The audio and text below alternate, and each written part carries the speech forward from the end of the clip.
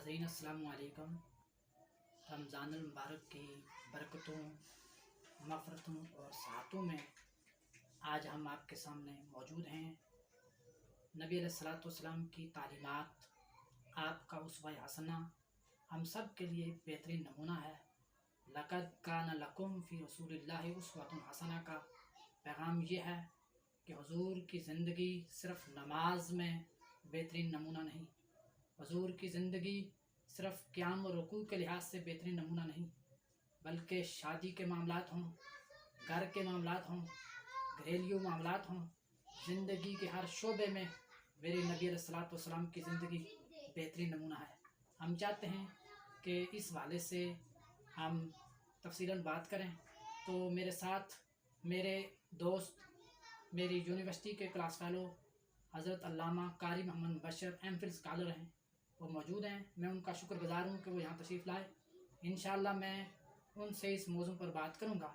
हज़रत साहब क्या हाल है, आपकी तबीयत ठीक है? जी अल्हम्दुलिल्लाह, आप खैरियत से हैं? जी अल्लाह करम खैर रही।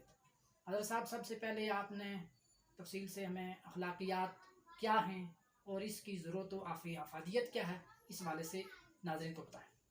बिस्मिल्लाहिर्रहमानिर्रहीम। बहुत शुक्रिया आपका, ये एक खूबसूरत आपने सेशन जो है ये क्रिएट किया। अल्लाह अपनी बारगाह में ये कबूल करे। आज आपने जो अखलाकियात के हवाले से बात की, ये वक्त की एक अहम ज़रूरत है। आज हम माशरे को देखें तो हम एक अखलाकी गिरावट जो है उसकी तरफ जा रहे हैं। हर रोज़ अखलाकी और माशरती बिगाड़ जो है वो बढ़ता जा रहा है और इसकी एक नई तारीख हर रोज़ रकम हो रही है। ज़रूरत इस समय की है कि हम देखें कि अखलाक क्या है, इस्लाम ने हमें कौन से अखलाकियात सिखाए हैं और ये माशरा खूबसूरत माशरा कैसे बन सकता है। और वो इसी तरह से है कि जब हमारे अखलाकियात खूबसूरत हो।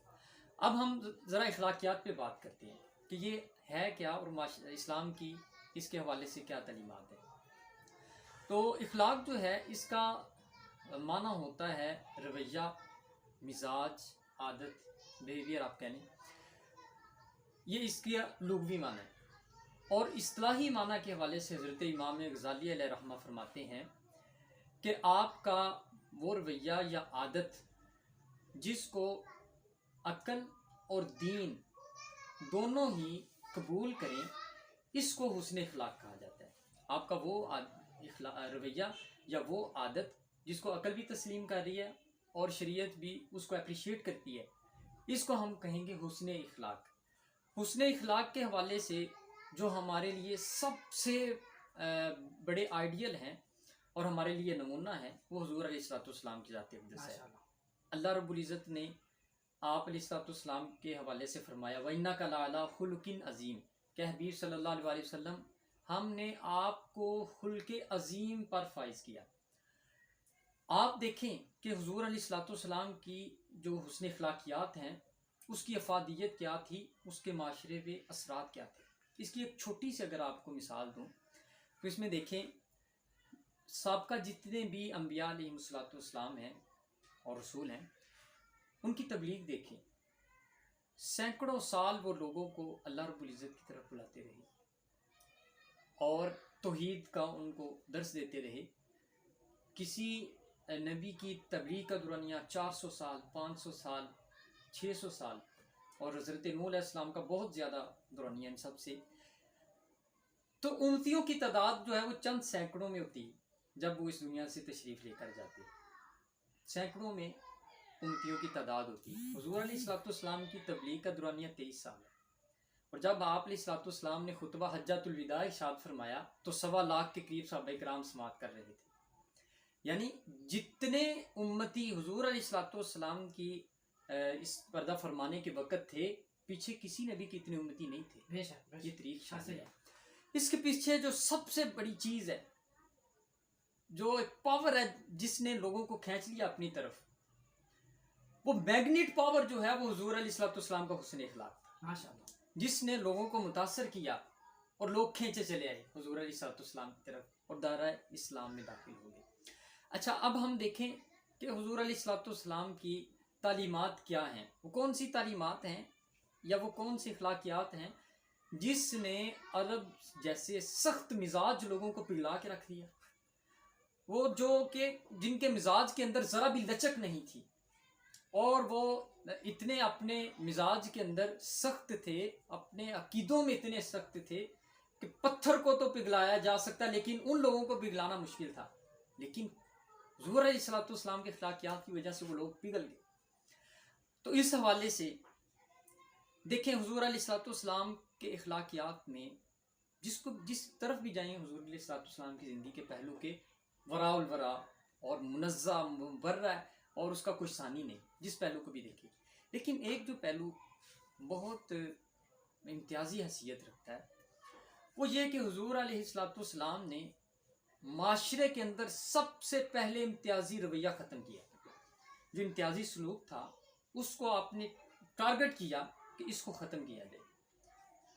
وہ ہے نا علامہ اقبال کا شعر، ایک ہی صف میں کھڑے ہو گئے محمود و ایاز، نہ کوئی بندہ رہا نہ کوئی بندہ نواز۔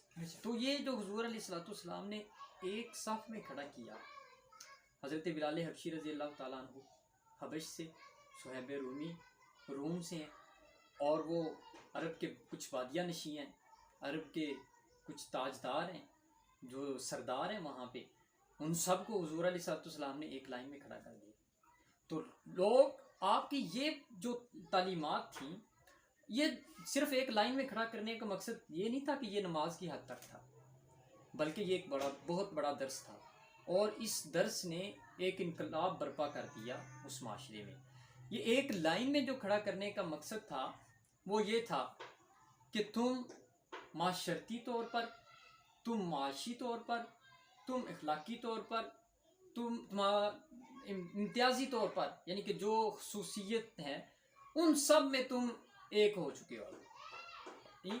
بطور انسانیت حضور علیہ الصلوۃ والسلام نے ان کو متعارف کروا دیا، اور سب ایک ہی صف میں کھڑے ہو گئے محمود و ایاز۔ کا مطلب پھر یہ نکلا کہ جو حضرت بلال حبشی رضی اللہ تعالیٰ عنہ جن کو لٹا کے کوڑے برسائے جا رہے تھے، اور جن کی زندگی جو ہے وہ اجیرن بنی ہوئی تھی، اور ایک ناروا سلوک کیا جا رہا تھا، اور ظلم کی ہر روز ایک نئی تاریخ رقم ہوتی تھی ان پہ، ان کو پھر یہ امتیاز ملا، ان کو یہ خصوصیت ملی، اور ان کو یہ عزت نفس ملی۔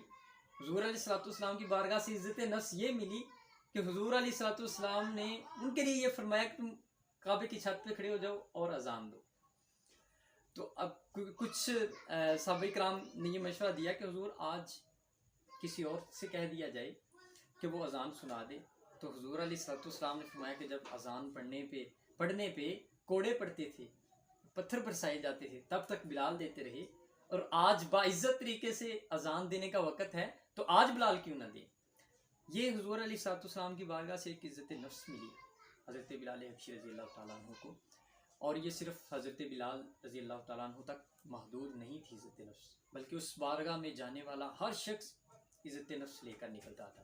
اب دیکھیں دوسری طرف، آپ نے جو وہاں کا معاشی سسٹم تھا، جو عرب کا معاشی سسٹم تھا، وہ سرمایہ دار تھا، یعنی چند لوگ تھے جو وہاں کے لوگوں کی زندگیوں کے فیصلے کرتے تھے، کیونکہ ان کے پاس سرمایہ تھا، اور سرمایہ جو ہے وہ معاشرے میں سرکولیٹ نہیں کر رہا تھا، وہ بوم تھا انہی کے پاس، اور وہ وہاں پہ اپنے آپ کو نہ جانے کیا کیا تصور اپنا پیش کرتے تھے، اور معاذ اللہ خدا ہونے کا انہوں نے دعویٰ کر رکھا تھا۔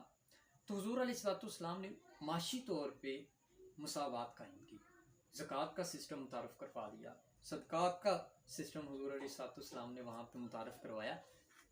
اس سے فائدہ یہ ہوا کہ جو دولت ایک چند ہاتھوں میں بونڈ تھی، محدود ہو کر رہ گئی تھی، اس نے سرکولیٹ کرنا شروع کیا۔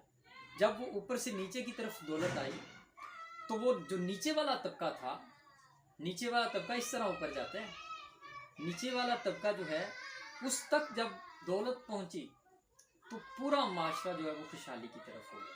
ماشاء اللہ حضرت صاحب بہت اچھا بیان کر رہے تھے۔ تو انہوں نے نبی علیہ الصلوۃ والسلام کی زندگی کی مختلف مثالیں پیش کی۔ اگر تم بادشاہ ہو تو عرب کے اس بادشاہ کے حالات کی زندگی تمہارے لیے بہترین نمونہ ہے۔ اگر تم بچوں والے ہو तो इमाम हसन और इमाम हुसैन के नाना जान की ज़िंदगी का मताला करो। अगर तुम बीवियों वाले हो तो तुम्हारे लिए अम्मा आयशा सिद्दीक़ा रज़ियल्लाहु ताला अन्हा और अम्मा आयशा सिद्दीक़ा और हदीजातुल कुबरा रज़ियल्लाहु ताला अन्हा के शोहर पाक की ज़िंदगी बेहतरीन नमूना है। अगर ताजिर हो तो अरब के ताजिर का हालात, उनकी ज़िंदगी का मताला करो। गर्ज तुम जो कुछ भी हो, जहाँ कुछ पर भी हो, नबी अलैहिस्सलाम की ज़िंदगी तुम्हारे लिए बेहतरीन नमूना है। हुजूर का उसवा हसना, हुजूर के अखलाक ये बेहतरीन नमूना है। कुरान का दर्स भी यही है।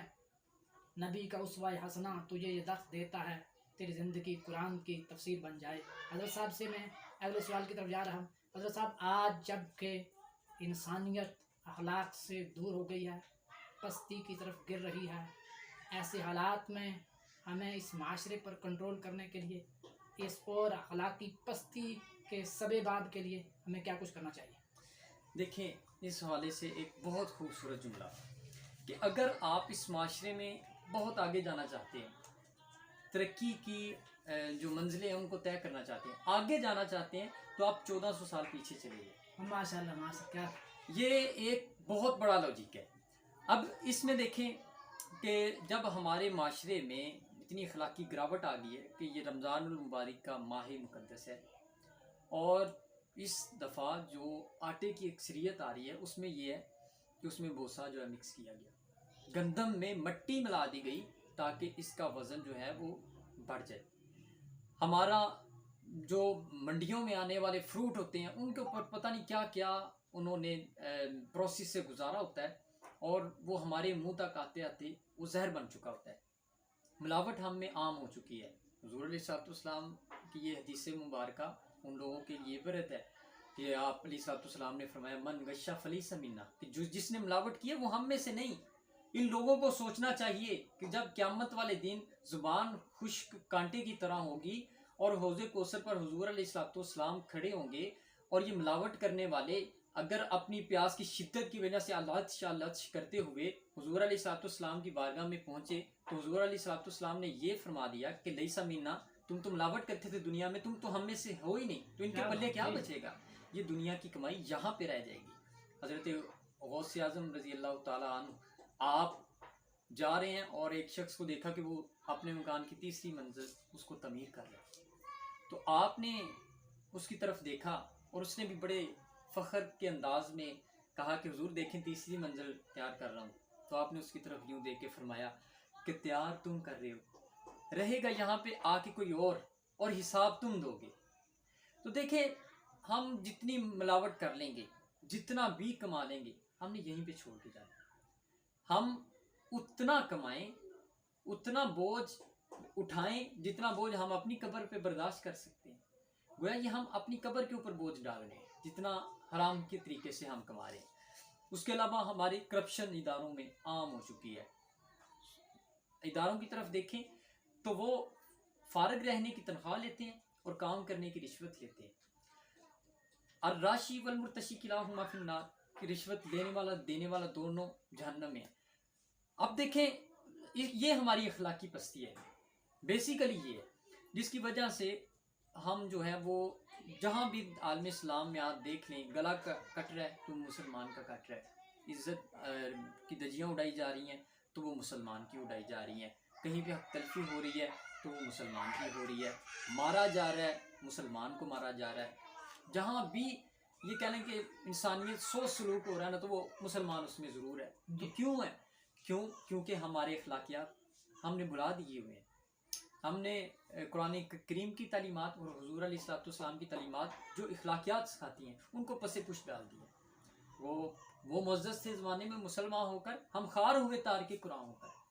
कुरान तो हमारी ज़िंदगी में हर पहलू पे हमें दर्स देता है, हमारे अखलाकियात सिखाता है, लेकिन हमने उसकी तालीमात को छोड़ दिया, हुज़ूर अलैहिस्सलाम की सीरत तय्यबा पे अमल पैरा होना छोड़ दिया, तो ये हमारे ज़वाल का भी बहुत बड़ा सबब बनी। तो हुज़ूर अलैहिस्सलाम की हदीस पाक हज़रत अबू दरदा रज़ी अल्लाह तआला अन्हु इसके रावी हैं। आप फरमाते हैं कि क़यामत के दिन मीज़ान पे सबसे भारी जो तुम्हारा अमल होगा वो वाला अमल होगा जिसका ताल्लुक़ हुस्न अखलाक के साथ।